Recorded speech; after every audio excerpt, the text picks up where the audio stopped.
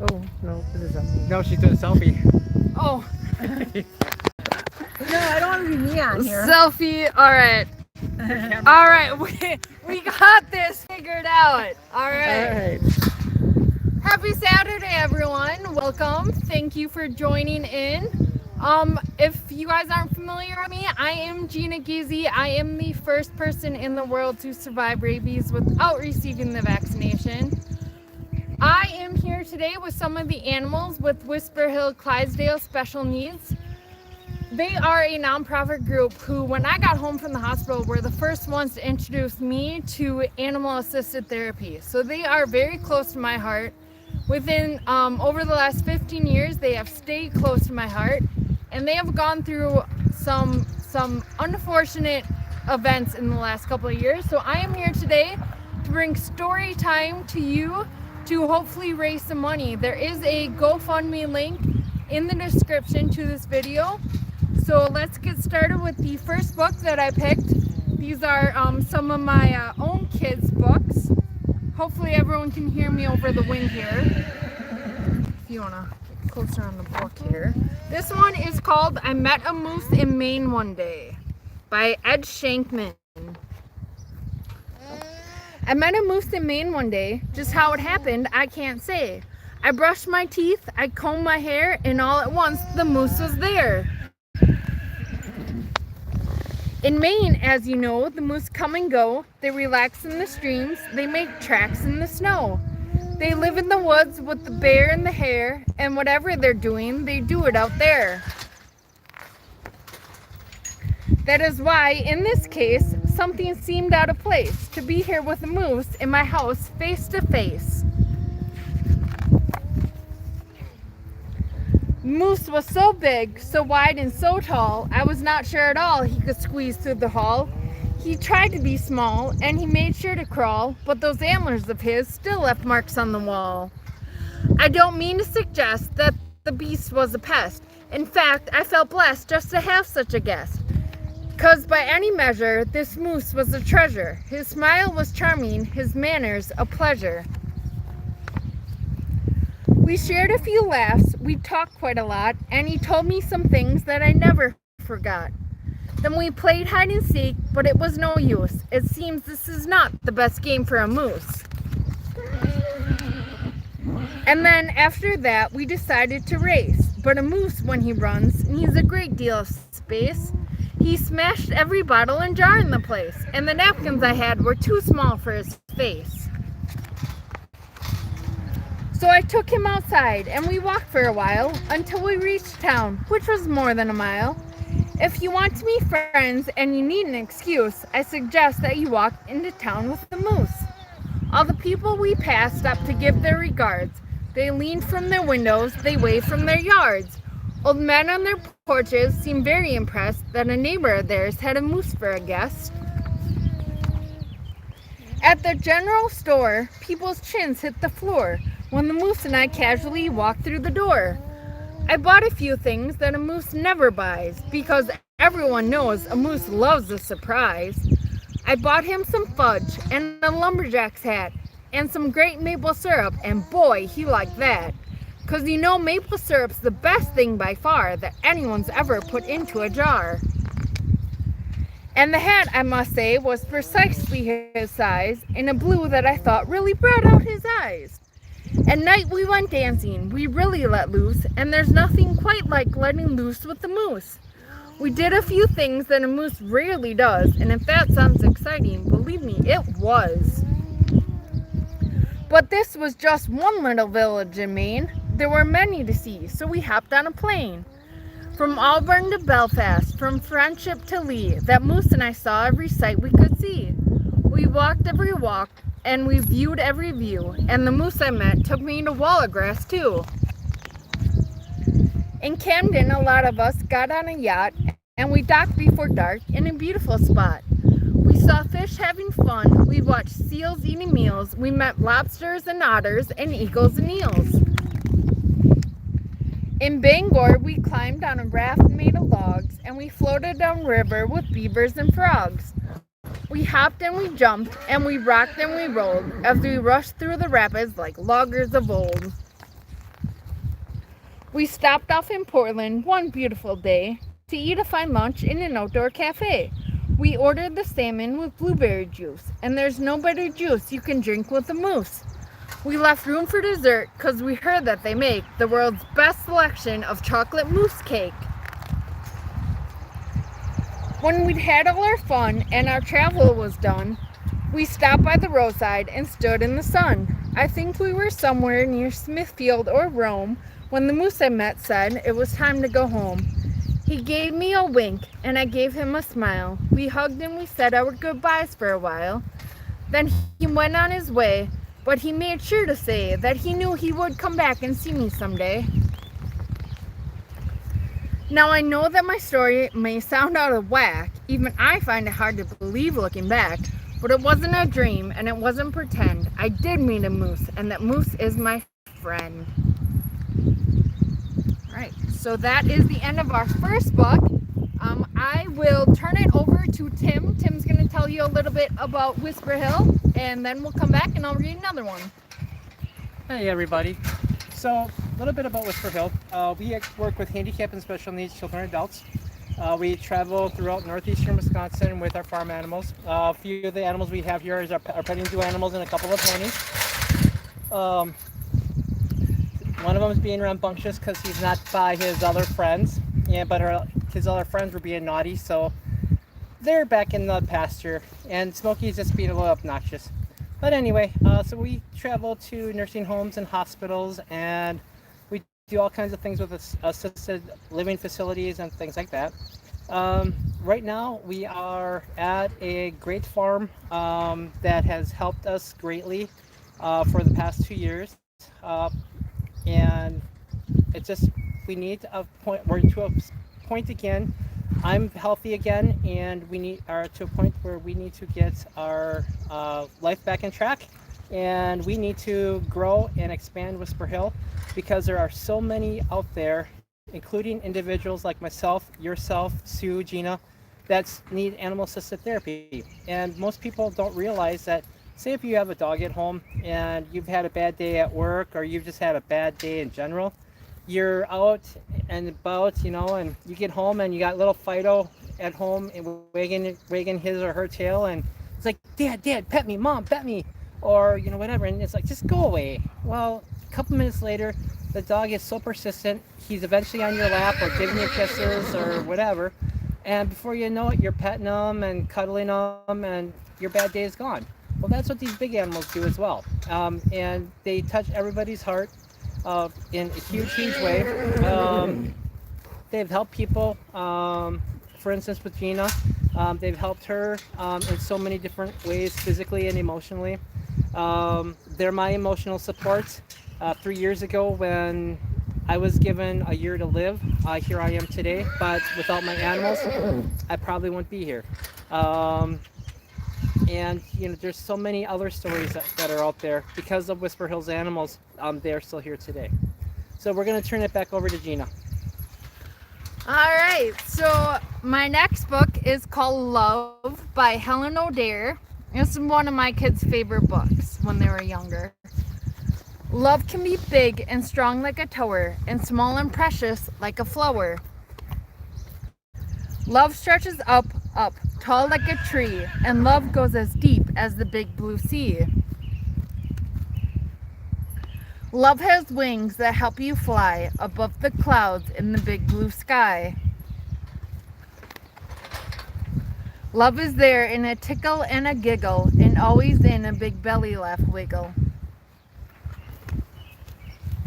Love can be loud like a trumpet's blare that sometimes catches you unaware. Love is a book and a warm milk mug, and makes the rainy days all cozy and snug.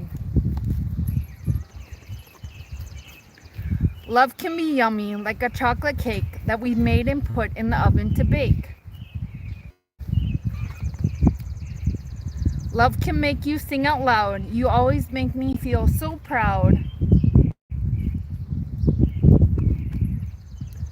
Love can be splashes and soap and bubbles. I will always love your nighttime cuddles. Love is strong and true like a big bear hug that you give to a sleepy little snuggle bug. Love is for you to hold and to keep. It's even there when you're asleep. Love is all of these, it's true, and that's how much I love you. All right, and then I got one more that I will read quick, and then we'll throw it back over to Tim. I do want to give a shout out to Garrett. I know Garrett is watching. He's played a lot with my own kids. My parents are great friends with his parents, and so I just want to say, Garrett, I hope you're having a great weekend. All right, so this book is called 10 Twinkly Stars.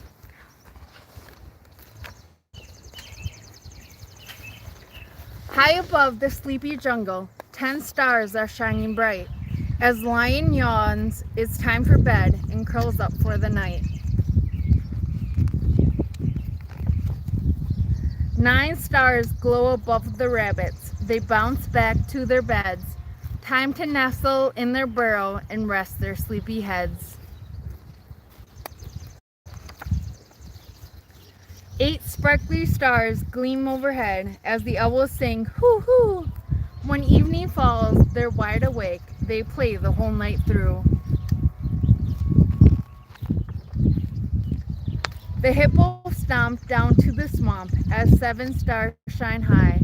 They wade in for a midnight swim beneath the twinkling sky. Up in the sky, 6 bright stars wink down on the woolly sheep. The lamb skips as their mommies call. It's time to go to sleep. Above the dark savannah, 5 stars glint through the trees. The tall giraffes watch them twinkle in the cool night breeze. 4 bright stars shimmer on the ice where little penguins skate. Their parents call, it's time for bed. Come on, it's getting late. As 3 stars sparkle in the sky down on the dusty land, the camels shut their sleepy eyes and snooze upon the sand.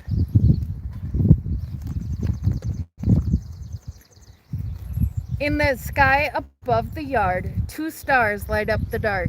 Puppy curls up in his house and gives a goodnight bark. No, not neigh, bark. Outside the bear's warm, cozy cave, 1 star shines through the night. The bears cuddle up together until the morning light. All tucked into their comfy beds, the animals snuggle tight.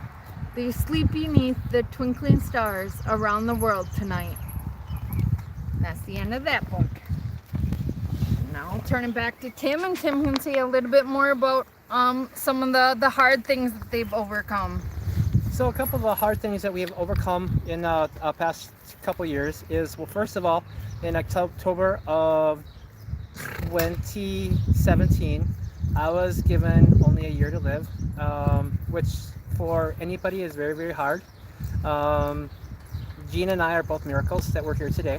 And so after going through horrific stomach surgery, only 1 in 8 million people have my disease. I was able to pull through, and here I am today, feeling better and actually feeling fantastic. It's been a journey. How many of you actually know a person that is living on this earth, living, breathing, talking without a stomach? That's me. So it's pretty impressive. Most people would never realize that I don't have a stomach, because I can go to McDonald's, I can get a McChicken sandwich. However, I only eat half that chicken sandwich and I'm done for 2.5 hours. Where with you guys, well, I know some guys out there are 2, 3, 4, 5 McChickens and then they're finally full. Well, with me, I only need that half a McChicken and I'm good. However, so we had some, downfalls with that. I actually had to put myself first before I actually put my animals first, and that was probably one of the most difficult things that I've ever done. because my animals are my babies, my kids. As you can see, they're all pretty much relaxed. And yeah, so anyway, I'm here, I'm alive, and we're good to go. And we had another hardship that happened a couple of years, well, actually, shortly after I was diagnosed with having a year to live. We were trying to fight for a farm. We found a farm, and we actually had a fraudulent investor that was supposedly helping us out. Well, instead, he runs off with our $35,000 down payment and kind of left us in a world of shame and a world of hurt. However, you know, our bygones be bygones. That's in the past, and here we are today, fighting harder as ever to still make this dream of coming true, of getting our forever home, where we can start our animal assisted programs, where we can have folks just like you guys come out to the farm, pet the animals, go for carriage rides, wagon rides, pony rides, pet Ken, who's probably our friendliest and probably naughtiest goat. Everybody has to have, you know, naughty kids in their lives. So we have that.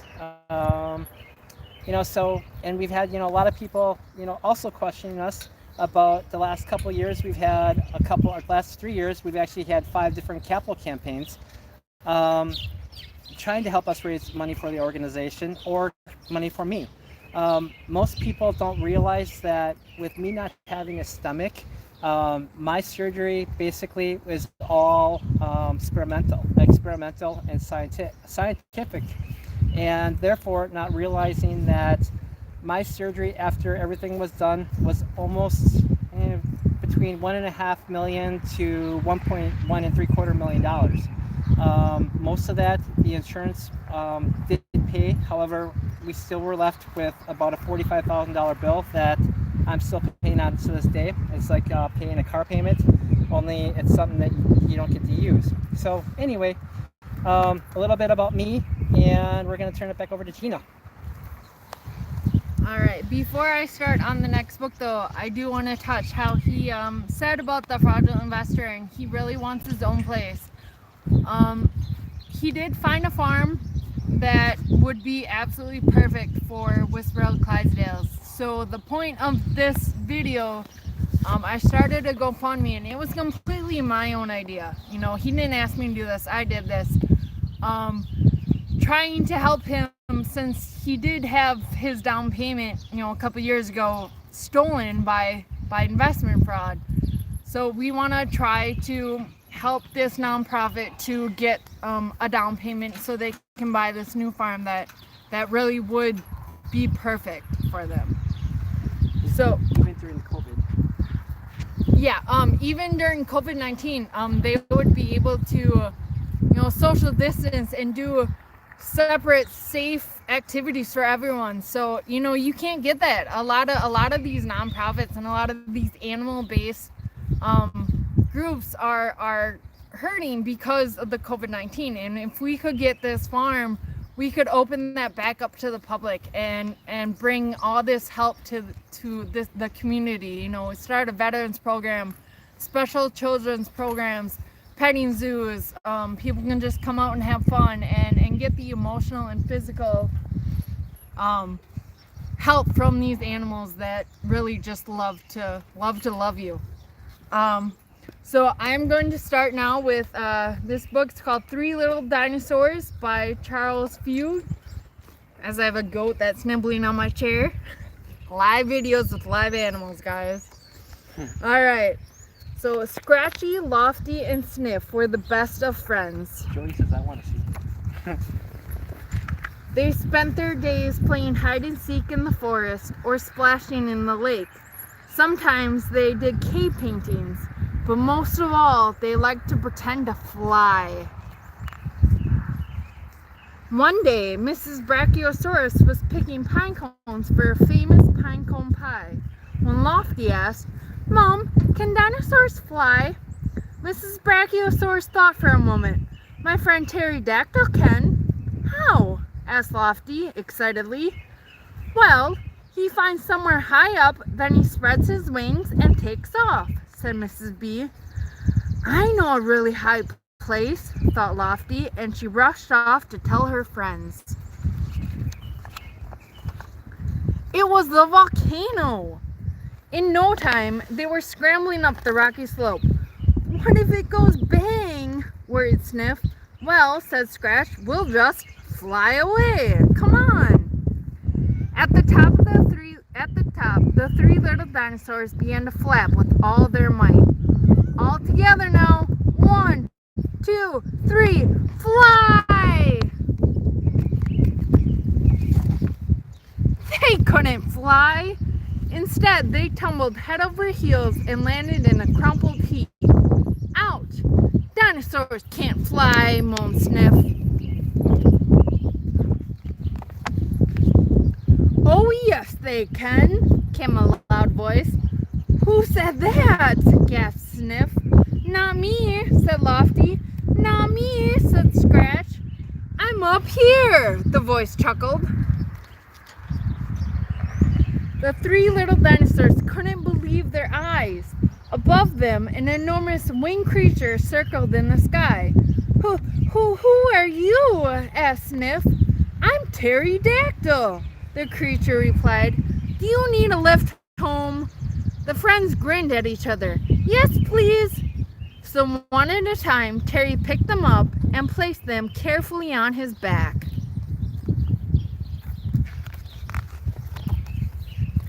And they were off, up and up, through the clouds, high above the volcano.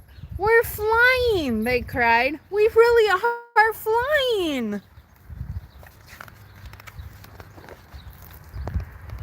There's Mom, yelled Lofty. Mrs. B stretched up her long neck, and one by one, Terry passed the little dinosaurs down to her. They slid down her neck, whee, over the hump of her back, whoosh, and zip, right off the end of her tail. Mrs. B thanked Terry for his kindness and gave him a large slice of pine cone pie. That evening, three little dinosaurs munched on pine cone pie and watched Terry and his friends swoop and glide over the volcano. Then they went off to bed to dream of flying. Alright, so the next book that I have is called Little Blue Truck. Now this book has been read so many times in my household. My kids have it memorized. It's a great book. So Little Blue Truck by Alice Schertle. Alright, horn went beep, engine purred, friendliest sounds you've ever heard. Little Blue Truck came down the road. Beep, said Blue to a big green toad. Toad said croak and winked an eye when Little Blue Truck went rolling by. Sheep said baa, cow said moo, oink said a piggy, beep said Blue. Cluck said a chicken and a chick said peep, ma said a goat, Blue said beep, neigh said a horse, quack said a duck, beep said the friendly Little Blue Truck. Sounds like a song. Honk, yelled the dump truck, coming through. I've got big important things to do. I haven't got time to pass the day with every duck along the way. He's not very nice. Vroom went the dump. Around a curve, he saw a puddle and tried to swerve. Into the mud rolled the big fat truck, and his big important wheels got stuck. His heavy-duty dump truck tires were sunk down deep in muck and mire.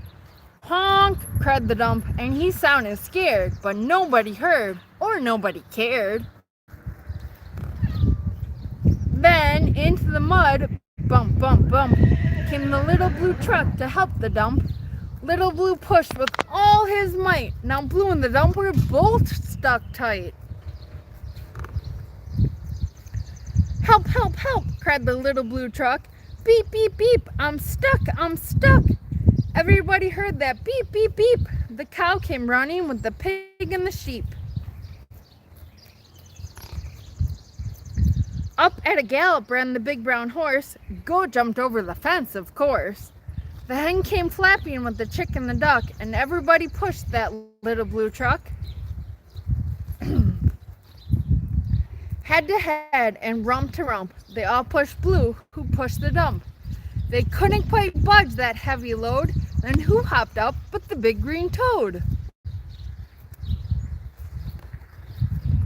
All together, 1, 2, 3. One last push and the trucks were free. Thanks, little brother, said the dump to Blue. You helped me and they helped you. Now I see a lot depends on a helping hand from a few good friends. Beep, said Blue, who wants a ride? Everybody scrambled to jump inside. Oink, quack, ba, moo, cluck, peep, neigh, croak, ma. Beep, beep, beep. All right, so that is the end of that book.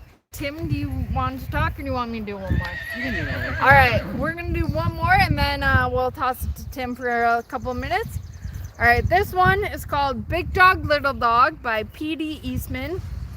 Excuse me. So, Fred and Ted were friends. Fred was big, Ted was little. When they walked in the rain, Fred was wet, Ted was dry. What are you doing, kitty? When they painted the house, Fred used green paint and Ted used red paint. One day, Fred and Ted went away in their cars. Ted drove his red car fast. Fred drove his green car slow. They came to a sign. Where should we go? Asked Fred. To the mountain, said Ted. When they got to the mountains, Ted skied all day long. Fred skated all day long. By night, both of them were very sleepy. Look, said Fred, a small hotel. Fred's room was upstairs. Ted's room was downstairs. Good night, Ted. Sleep well, said Fred. Good night, Fred. Sleep well, said Ted. But they didn't sleep well. Downstairs, Ted moaned and groaned and crashed and thrashed all over his bed. Upstairs, Fred thumped and bumped and tossed and turned. The next morning, Fred said, my bed is too little. My bed is too big, said Ted. I know what to do, said the bird. Ted should sleep upstairs and Fred should sleep downstairs. Back to bed, yelled Ted. Back to bed, yelled Fred. Ted jumped into the little bed upstairs, and Fred jumped into the big bed downstairs. Ted slept all day long in his cozy little bed, and Fred slept all day long in the cozy big bed. Well, that was easy to do. Big dogs need big beds, little dogs need little beds. Why make big problems out of little problems? That is the end of that book. Let's give it back to Tim, and Tim can say a little bit more.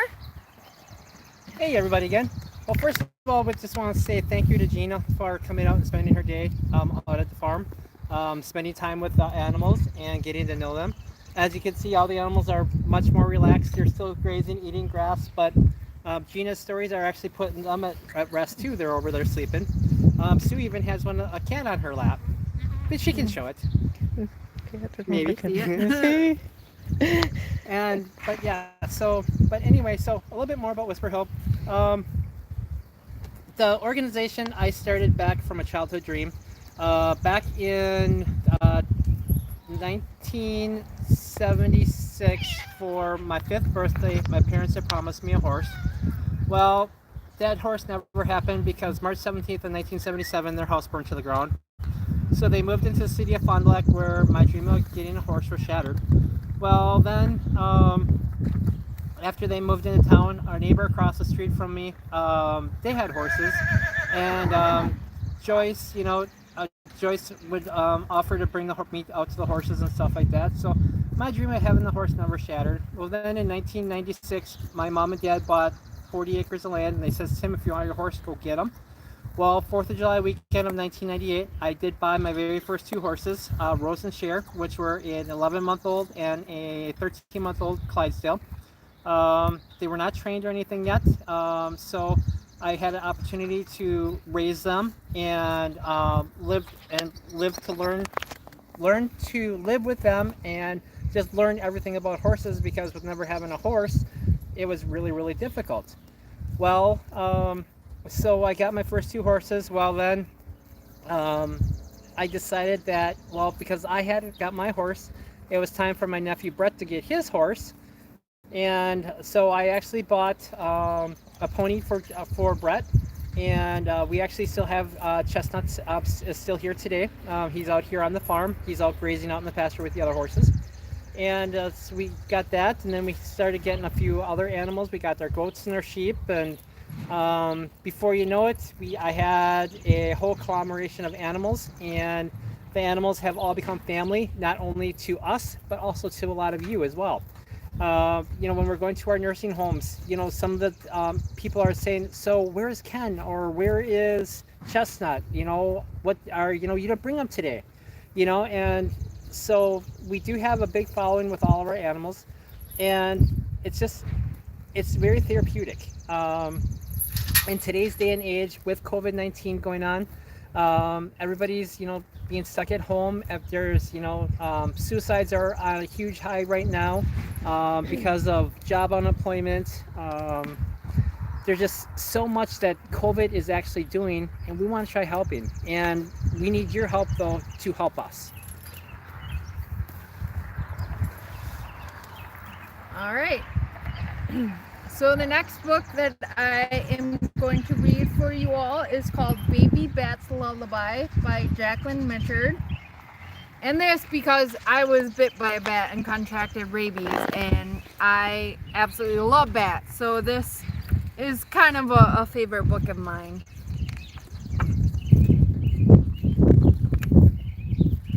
Go to sleep, small new prince of the dark, quick dancer in the sky park. Field squeaker, forest streaker, little wings, petal light, little teeth, sugar white.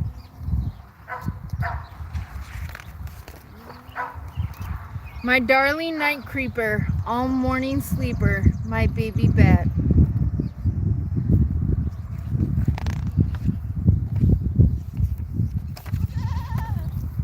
Wind. Go to sleep, barn hall glider, twilight slider. Mosquito frightening, swift as lightning. Dear of the night, brown eyes bright.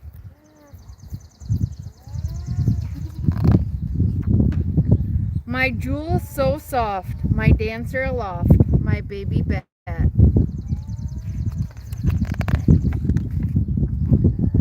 Sleep beside me, master flyer.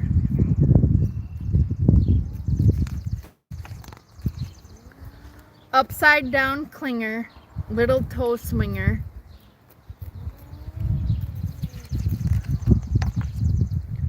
Wings wrapped tight, cuddle till night. Under mama's soft gaze, dream away dozy days, for at dusk we shall play.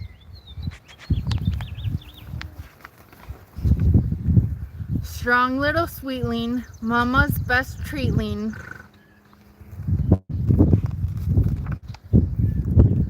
Sleep little, fleet little, dear baby bat. Alright, so that's the end of that book. Before I start my next one, I just kind of want to say that so if parents and caregivers, if you're watching with your kids, the GoFundMe link in the description to this video is set at a low goal for what Whisper Hill needs, but that's just we're trying to get anything we can.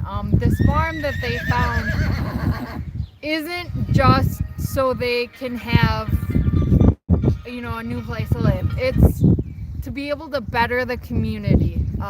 Their entire goal is to help special needs and assisted living facilities and veterans and just regular people who just want a little bit of extra joy in their life. So having this new facility would allow all of that. They could expand, they could go many more places. And so I am here today just trying to help in every way that I can to get some money for these guys. So if you are able, if you are not able, don't feel bad. This is not why these stories are supposed to be bringing joy. But if you are able, if you could go to GoFundMe link and give, $5, $100, whatever you can, that would be great. Everything goes directly to Whisper Hill Clydesdales Special Needs. It is 100% tax deductible. And everything is going to go towards helping these animals behind me, along with the other animals that aren't in the shot here, and helping their organization to help you. So help them to help you.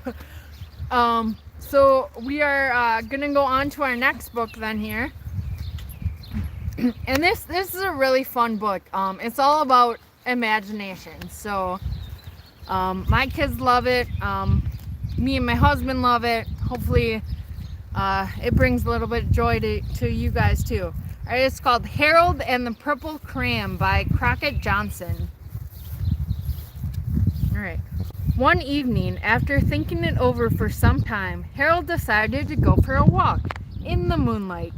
There wasn't any moon, and Harold needed a moon for a walk in the moonlight, and he needed something to walk on.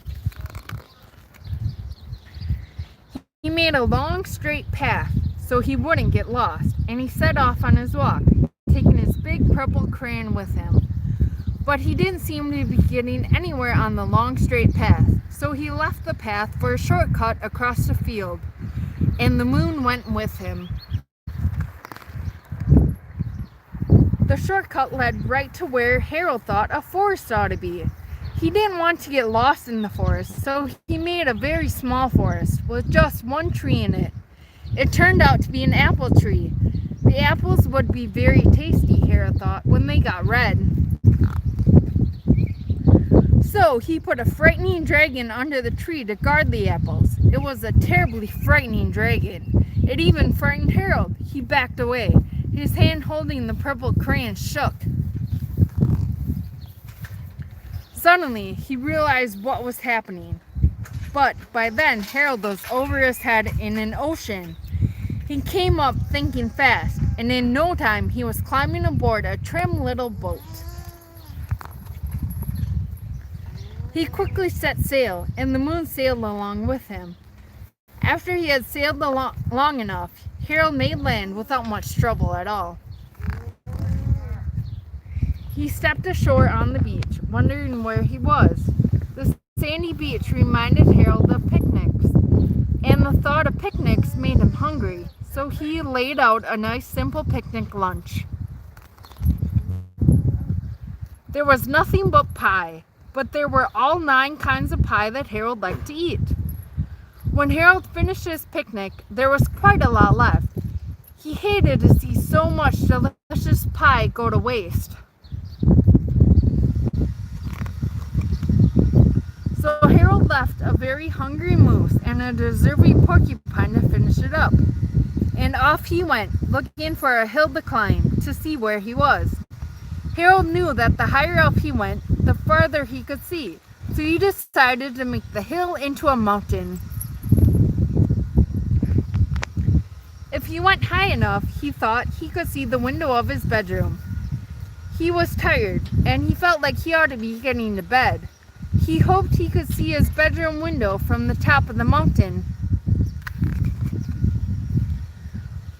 But as he looked down over the other side, he slipped, and there wasn't any other side of the mountain. He was falling in thin air. But luckily, he kept his wits and his purple crayon. He made a balloon and he grabbed onto it. And he made a basket under the balloon, big enough for him to stand in. He had a fine view from the balloon, but he couldn't see his window.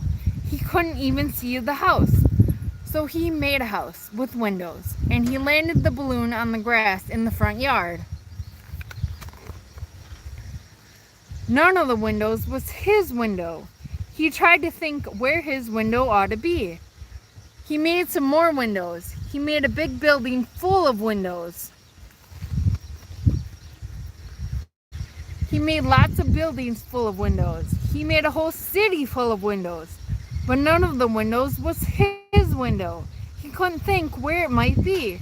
He decided to ask a policeman. The policeman pointed the way Harold was going anyway, but Harold thanked him. He walked along with the moon, wishing he was in his room and in bed. Then suddenly Harold remembered. He remembered where his bedroom window was when there was a moon. It was always right around the moon. And then Harold made his bed. He got in it and he drew up the covers. The purple crayon dropped on the floor and Harold dropped off to sleep. The end. Tim, turn over to Tim. Alright everybody, so question for you. During the last 2 months, during COVID-19, how many of you have enjoyed spending this quality family time with your loved ones? Or, the ones that are in your household where you are actually able to see? Does it seem nice? Does it seem nice that, it's not the hustle and bustle of the world just overtaking everything? Well, to me, in my eyes, it has been really nice, because it's just like, you don't got to go here, you don't got to go there. Oh, I got to go do this, I got to go to the gym, I got to do this or whatever. You see families walking, you see families doing things together. Right now, with the restaurants just opening and stuff like that, you were able to, cook more family meals and, just spend that family time together, which is actually is amazing. I guess I'm old-fashioned and that way where family means a lot to me. And I think family means a lot to me, especially when a doctor tells you that you have a year to live. And you ask God why. And so with family, my family and my friends, they're my rock. They're another reason why I'm here. And so what I'm getting at is, so you've enjoyed this time. Well, I want to create something once we get the farm. Maybe have a Friday night or a Saturday night movie night where you bring your family out to the farm and we'll project a big movie on the side of the barn wall, whether it's inside in the arena or if it's a beautiful night, have it outside. Do a family night, something like that. Or how about a date night where you bring your significant other and we have the pastures open and you go in, spend a little time with the animals. Then you come out and you sit by the fire, maybe have a glass of wine or an old-fashioned, something like that. Maybe, it's just a way of bringing that and have the soft music playing, after those crazy nights. A lot of us essential workers have been going crazy because it's non-stop working. And, but for those of you that have not had non-stop working, I'm very sorry. But I'm hoping that you are, like I said, taking this time to enjoy the most with your family. Because like I said, family is very precious.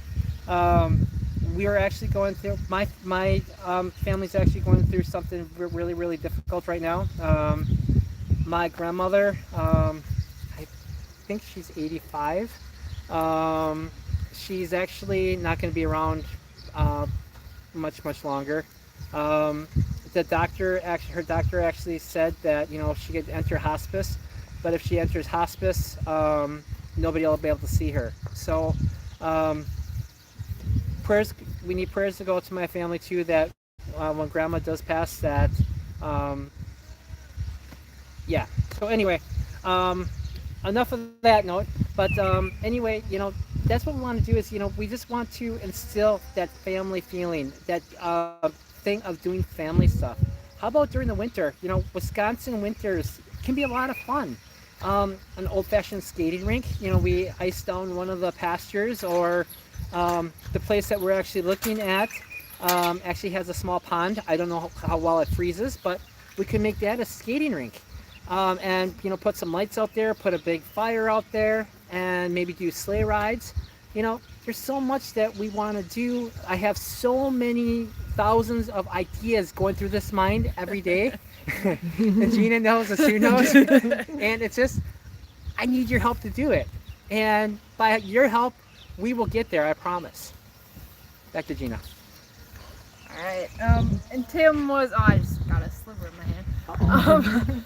Tim was talking about his grandmother and hard times, and I know the other part of the message was about family time.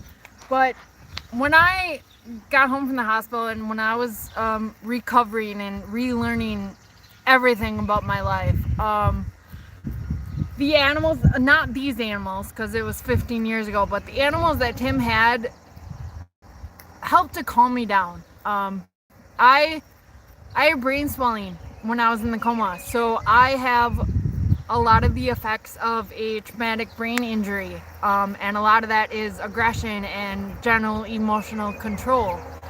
And I can tell you, being with these animals, I mean any animal in general, but farm animals, it calms you down. And so another reason why I want to try to help Whisper Hill get this farm is because I want to be able to, volunteer with them and help bring that calming joy that these animals can do to everyone else, because I know how great it is, so I want everyone to experience it. So again, if you can, donations, GoFundMe link is in the description. All right, so my next book. And for you guys on Facebook, it is on our Facebook page, and I will repost it on our link after as well. Yes, we are also streaming on Whisper Hill Clydesdales Facebook page right now. So, okay, so my next book is called The Birthday Box by Leslie Patricelli, and this is just a super adorable book. All right. Okay, The Birthday Box. Okay. Look, I got a present. Rip, rip. What is it? It's a box, a big brown box. I stand on my box. I am taller than a tree. I give my box a hug. Shh, where am I? Boo, here I am. Look, there's a hole. Is there something inside? It's a doggy. I name him Oscar, and we get inside my box. We fly in an airplane over the ocean.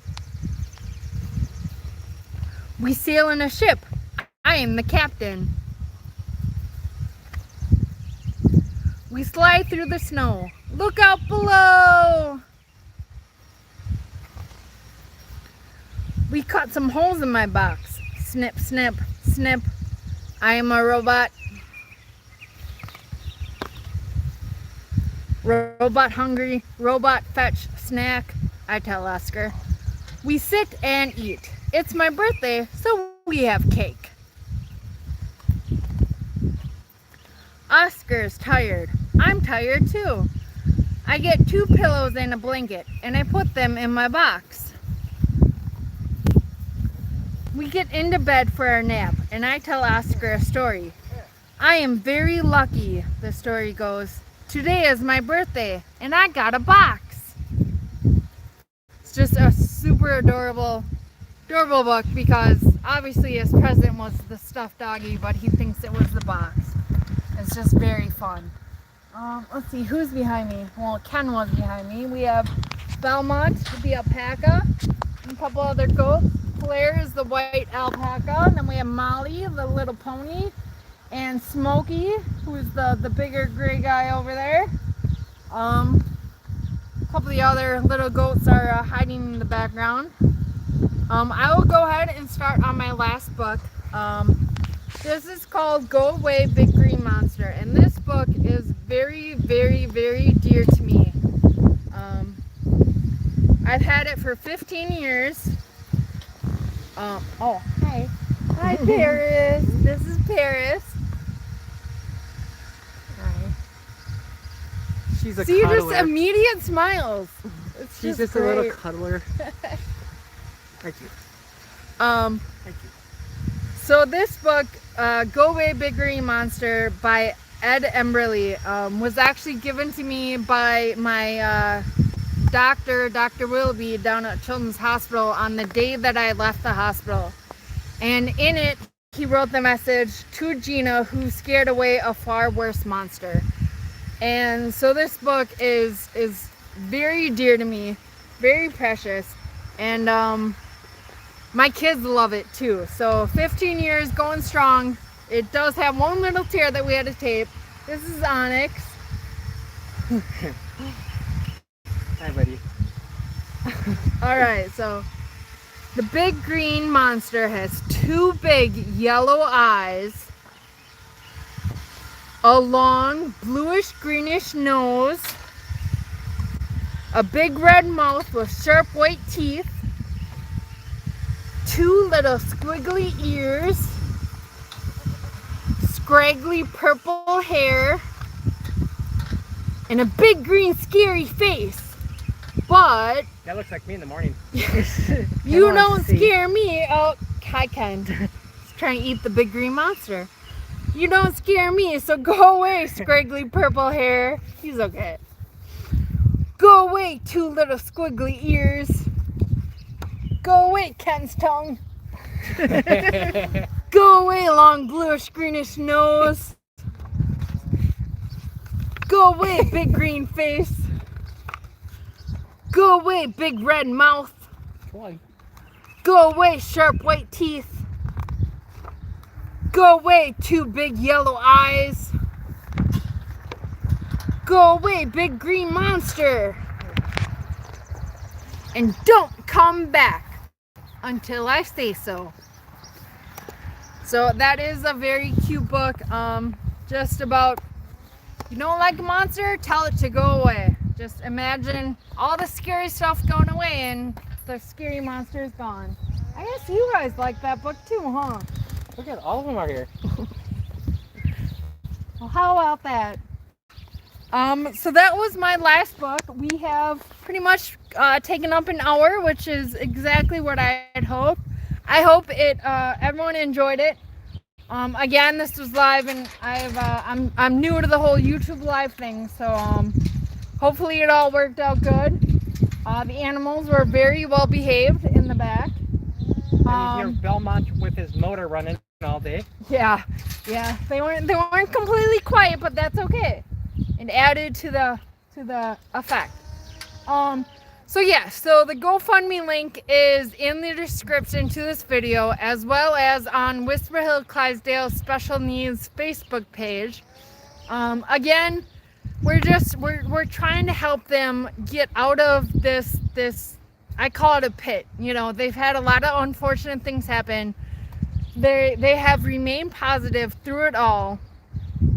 And I'm just trying to help them, get above so that they can keep going up. They have so many goals and they deserve to be able to reach them all. There is also a pony that is in the process of being rehomed. His name is Bugsy. It's a pony that I've been working with for a little bit. I've been volunteering at this farm where he is currently at. And him and I have gotten a real strong bond. And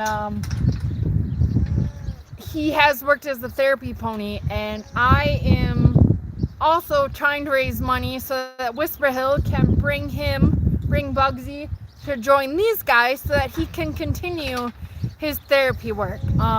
He is a great joy for everyone who meets him. I love him to death. And just to be able to bring him into a new home where he would continue to bring that joy, that would just be great. So we are also trying to raise money for him, but right now the biggest thing is we're just trying to help Whisper Hill get their own facilities so that they can start using these animals in a larger fashion and be able to touch more people and do more events and just keep up their awesomeness. So GoFundMe link in the description and on Facebook. go ahead and leave any comments, and I can try to answer them if you have any questions. On that, I hope everyone enjoyed it, and thank you so much for coming out to join us in this story time. And until that, I think we will sign off here and wish everyone a happy Saturday.